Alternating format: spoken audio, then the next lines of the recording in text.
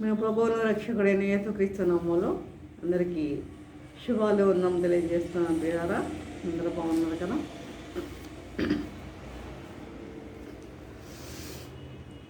ఈ దినములకు ఏర్పాటు చేయమని లేఖన భాగం చూసినట్లయితే చూడండి, మత్తయి వార్త 5వ అధ్యాయము 11-12 చదువుకుందాం. నా నిమిత్తము జనులు మిమ్మల్ని నిందించి హింసించి మీ మీద అబద్ధంగా చెడ్డ మాటలెల్లా పలుకున్నప్పుడు మీరు ధన్యులు. సంతోషించి ఆనందించుడి, పరలోకమందు మీ ఫలము అధికమగును. ప్రార్థన చేసుకున్నాం. పరిశుద్ధుడా, ప్రేమ గల తండ్రి, నీ పరిశుద్ధ పాదం స్తోత్రం దేవా ప్రభా. తండ్రి, ఇంతవరకు నాయన ప్రభా మమ్మల్ని సజీవులుగా ఉంచిన విధానం బట్టి నాన్న మీకు నామం తెలియజేసుకుంటున్నాం ప్రభా. తండ్రి, ఇదిగోనైనా ప్రభా మేము వాక్యం మంచిగా కొంచెం తండ్రి మీరు మాతో ఉండండి, మాతో ఉండి నడిపించండి నాయన ప్రభా. తండ్రి, ప్రతి ఒక్కరి తండ్రి వినగల దేవుడు గ్రహించగల మనసును వాక్యానుసారంగా జీవితంలో దయచేయమని నా నోటిని బురగా సాధనంగా వాడుకున్నామని ప్రభా, నా నీళ్ళు చాటును మరుగుపరచమని మా ప్రభా నేసిరంలోకి మరి వినముగా వేడుకుంటున్నాము తండ్రి. ఆమేన్. ఇది అంశం ఏంటంటే పరలోకం వెళ్ళే క్రియలు.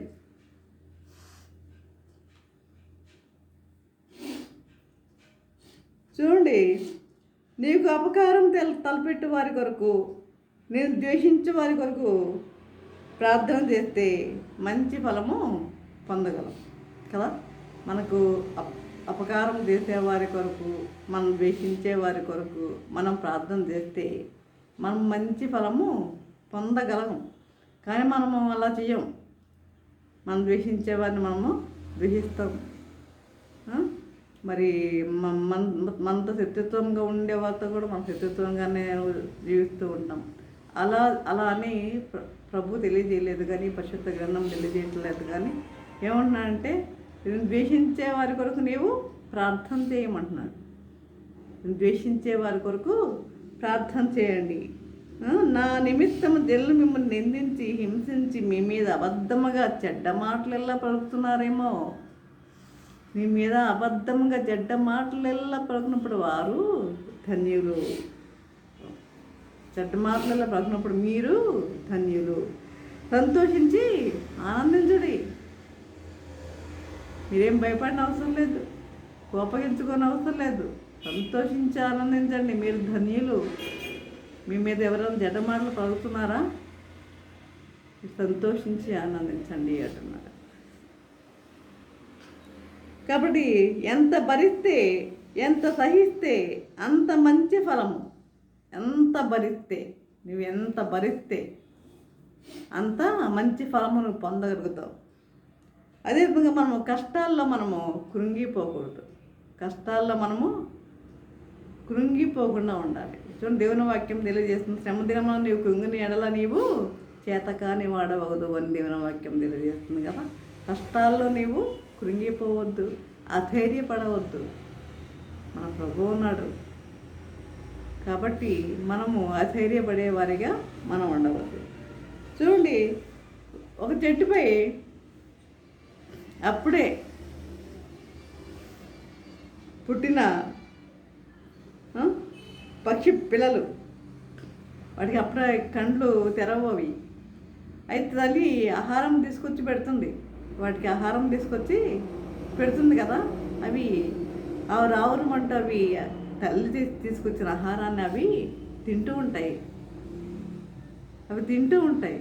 అది సరైన ఆహారమో కాదో, అది తీసుకొచ్చిన తల్లిలో కాదో వాటికి తెలుసా? తెలీదు. అంటే వాటికి ఇంకా కళ్ళు తెరవలేదు కదా. ఆ తల్లినని వాటికి తెలియదు. కేవలం ఏంటి? నమ్మకం మాత్రమే. నమ్మకం. మా తల్లి తీసుకొచ్చింది ఆహారం, మంచి ఆహారం తీసుకొచ్చిందని ఆవరమంట అవి తింటున్నాయి. కాబట్టి ఆ విధంగా నమ్మితే తప్పక ఒకరోజు మనము పరలోకం చూడగలమండి. ఆ విధముగా మనము నమ్మినట్లయితే మనం పరలోకం చూడగలము. చూడండి, ఎఫెసీయులకు రాసిన పత్రిక 5వ అధ్యాయం 9వ వచనం చూసినట్లయితే, వెలుగు ఫలం సమస్త విధములైన మంచితనము, నీతి, సత్యము వాటిలో కనబడుచున్నది. వెలుగు ఫలం.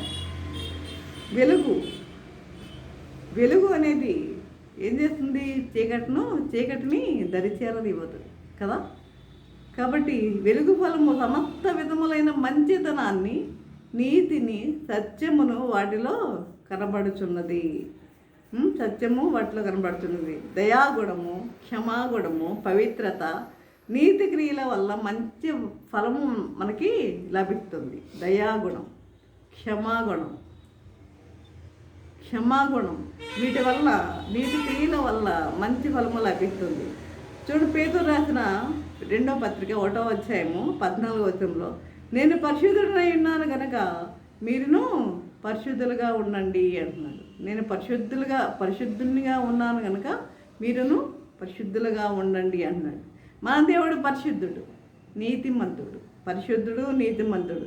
ఈ లోకంలో దేవుళ్ళు అనబడేవారు అనేక మంది ఉండవచ్చు, దేవుళ్ళు అనబడేవారు.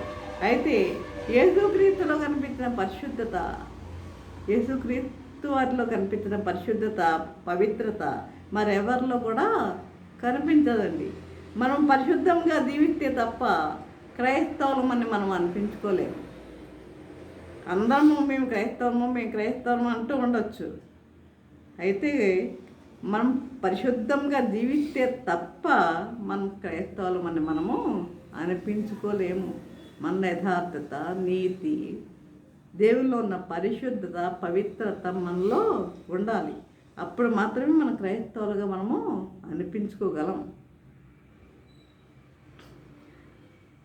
మత్తయి సువార్త 10వ అధ్యాయం 41లో చూసినట్లయితే, ప్రవక్తను చేర్చుకున్నవాడు ప్రవక్త ఫలము పొందును. ప్రవక్తను చేర్చుకున్నవాడు ప్రవక్త ఫలము పొందును. నీతిమంతుని చేర్చుకున్నవాడు నీతిమంతుని ఫలము పొందును. పేదల పాలన పెన్ను వాడు దేవుని నిధికి వారసుడవుతాడు. చూడండి, ఒక ఎగ్జాంపుల్ చెప్తాను నేను. అమెరికా దేశంలో ఒక విధవరాలు తన చిన్న బిడ్డను చదివించుకుంటుంది. అయితే ఆమె చేసిన కంపెనీలో ఆమె ఉద్యోగం చేస్తున్న కంపెనీ మూతపడింది. ఏ కారణాల వల్ల మూతపడింది. ఆమెకు సంపాదన అనేది లేదు. అయితే ఒకరోజు ఆమెకు జన్మదినం, ఆమె బర్త్డే వచ్చిందనమాట. అయితే తన చిన్న బిడ్డ తల్లికి గ్రీటింగ్స్ చెప్పాడు. చిన్న గిఫ్ట్ ఇవ్వాలని అనుకుంటున్నాడు. నా తల్లికి నేను చిన్న గిఫ్ట్ ఇవ్వాలని బిడ్డ ఆలోచిస్తున్నాడు. కానీ తన దగ్గర $1 కూడా లేదు. ఎలా? అలాగే స్కూల్కి వెళ్తూ ఆలోచిస్తున్నాడు, ఎలా ఇవ్వాలి, నా తల్లికి నేను గిఫ్ట్ ఎట్లా ఇవ్వాలి అని ఆలోచిస్తున్నాడు. వెళ్తూ ఉండగా ఆ బిడ్డకి చిన్న పర్స్ కనపడింది. దారిలో పర్స్ కనపడింది. వెంటనే పర్స్ తీసుకుని చూస్తే దాని నిండా డబ్బు ఉంది. వెంటనే సంతోషంతో తీసుకొచ్చి తల్లికిచ్చాడు. అయితే అసలు తల్లి దాన్ని చూడలేదు. ఇంకా అందులో ఇంకేముందో చూడు అంది. ఇంకా అందులో ఏమన్నా ఉన్నాయేమో చూడు అంది. అయితే అందులో విజిటింగ్ కార్డు ఉంది. అంటే ఆ డబ్బు ఎవరు పోగొట్టుకున్నారో వారికి అడ్రస్ అందులో ఉందన్నమాట. అయితే వెంటనే నువ్వు వెళ్ళి ఆ అడ్రస్ వెతుక్కుంటూ వెళ్ళి ఆ పర్సు వారికి ఇచ్చేసి రా అని తల్లి ఆ బిడ్డకి చెప్పింది. చూసారా ఆమె యొక్క నీతి? చూసారా? అంత డబ్బున్నా కూడా ఆమె ఉపయోగించుకోలేదు. దాని వైపు కూడా కన్నెత్తి కూడా ఆమె చూడలేదండి. మరి అలాంటి పవిత్రత అలాంటి నీతి కావాలి.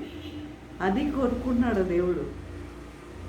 వెంటనే మరి ఈ అబ్బాయి వెళ్ళి మరి అడ్రస్ వెతుక్కుంటూ వెళ్ళి తల్లికి ఇచ్చి ఆ ఇంటికి వెళ్ళి ఆ డోర్ తట్టగానే తలుపు తీసిందామె. వెళ్ళి ఈ పర్సు దొరికిందండి నాకు, ఈ విజిటింగ్ కార్డు ఈ అడ్రస్కే ఉంది, ఈ అడ్రస్ అని ఉంది అని ఇచ్చాడు. అది చూసి చాలా సంతోషపడింది ఆమె. నాకు కూడా ఒక కంపెనీ ఉంది. అయితే నాకు నమ్మకమైన యజమానురాలు కావాలని నేను కోరుకుంటున్నాను ఎప్పటి నుంచో. అయితే మీ అమ్మని నేను తప్పకుండా ఆ కంపెనీకి ఓనర్గా, యజమానురాలుగా, ఆ కంపెనీకి మేనేజర్గా నేను చేస్తాను, మీ అమ్మని పిలవమని ఆ బిడ్డతో చెప్పింది. వెంటనే ఆ బాడు వెళ్ళి వాళ్ళ అమ్మని తీసుకుని వచ్చాడు. ఆమె ఆ తల్లికి ఉద్యోగం ఇచ్చింది. మరి అదే విధంగా మంచి క్వార్టర్ ఇచ్చింది, కారు ఇచ్చింది. చూసారా, ఇవన్నీ ఒకేసారి చూడండి. తన నీతిని బట్టి ఆమె ఎన్ని పొందుకోగలిగిందో చూసారా. అదే ఆ పర్సన్ తీసుకొని ఉపయోగించుకున్నట్లయితే అది ఎంత పాపమై ఉండేది, ఎంత పాపముగా పరిగణించబడి ఉండేది దేవుని దృష్టిలో. కానీ ఆమె అందుకే ప్రభు అంటాడు, యథార్థవంతులు నాకు ఇష్టలు అంటాడు, యథార్థవర్తనలు నాకు ఇష్టలు అంటున్నాడు. అదే మరి ఈ విధముగా అన్ని సమకూర్చింది. ఆమెకు $10,000 జీతం, క్వార్టర్స్, కారు అన్ని సమకూర్చింది. కొంచెములో నమ్మకం కనపరిస్తే దేవుని అపారమైన ఆశీర్వాదాలు చూస్తావు. గుర్తుపెట్టుకోండి. కొంచెములో నమ్మకముగా కనిపిస్తే ఏదైనా దొరికితే వెంటనే తీసుకోవడం అది మంచి పద్ధతి కాదు. ప్రతిది కూడా దేవుడు చూస్తున్నాడన్న విషయాన్ని మనము గమనించాలి. కనుక అదేవిధంగా చూడండి,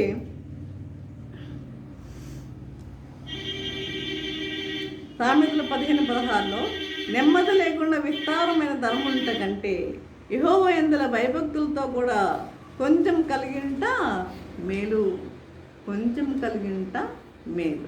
కాబట్టి మనం యథార్థంగా జీవించే వారిగా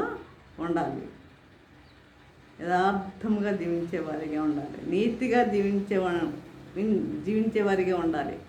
దేవుడు పరిశుద్ధుడు, నీతిమంతుడు కనుక మనము కూడా ఆయన బిడ్డలమైన మనం కూడా పరిశుద్ధులుగా, పవిత్రులుగా, నీతిగా జీవించే వారిగా ఉండాలని ఆయన ఎదురు చూస్తున్నాడు. ఆ విధంగా జీవించటకు మన పరిశుద్ధాత్మ దేవుడు సహాయం చేసి నడిపించడం కనుక ఆమె ప్రార్థన చేసుకుందాం. పరిశుద్ధుడా, ప్రేమగల తండ్రి, నీ పరిశుద్ధ పాదము స్తోత్రము దేవా. ప్రభా తండ్రి, ఇంతవరకు నేను ప్రభా నీ వాక్యం ద్వారా తండ్రి మాతో మాట్లాడిన విధానం బట్టి నాయన మీకు వందనం తెలియజేసుకుంటున్నాము దేవా. ఇదిగోనైనా మరి పరలోకం వెళ్ళే క్రియల విషయంలో ధ్యానించుకుని ఉన్నాము నేను ప్రభా తండ్రి. మరి నీతిగా జీవించమంటున్నావు నేను ప్రభా, యథార్థముగా జీవించమంటున్నావు తండ్రి, పరిశుద్ధముగా జీవించాలని తెలియజేస్తున్నావు నేను ప్రభా తండ్రి. నీ యందు నమ్మకస్తులుగా మేము జీవించేవారిగా ఉంటాగా నీకు చూపండి నాయన ప్రభా తండ్రి. అదే విధంగా ప్రభా మరి ఈ యొక్క వాక్యం విన్నవారు మరి ఈ యొక్క యథార్థతను వదులుకోకుండా నాయన ప్రభా తండ్రి యథార్థమైన జీవితం కలిగి ఉండేవారిగా ఉండగా నీ కృప అనుగ్రహించమని, ఎంతో నమ్మకం కలిగి జీవించేవారిగా ఉంటే కృప దయచేయమని నజరేయుడే యేసు నామమున బ్రతిమాలి వినమ్రగా వేడుకొంచున్నాము తండ్రి. ఆమేన్. తండ్రి అయిన దేవుని ప్రేమయు, కుమారుడైన యేసుక్రీస్తు కృపయు, పరిశుద్ధాత్మక అన్యోన్య సహవాసము సకల దేవుళ్ళ సదాకాలము ప్రతి ఒక్కరికి తోడే నిలిచినను గాక. ఆమేన్, ఆమేన్, ఆమేన్.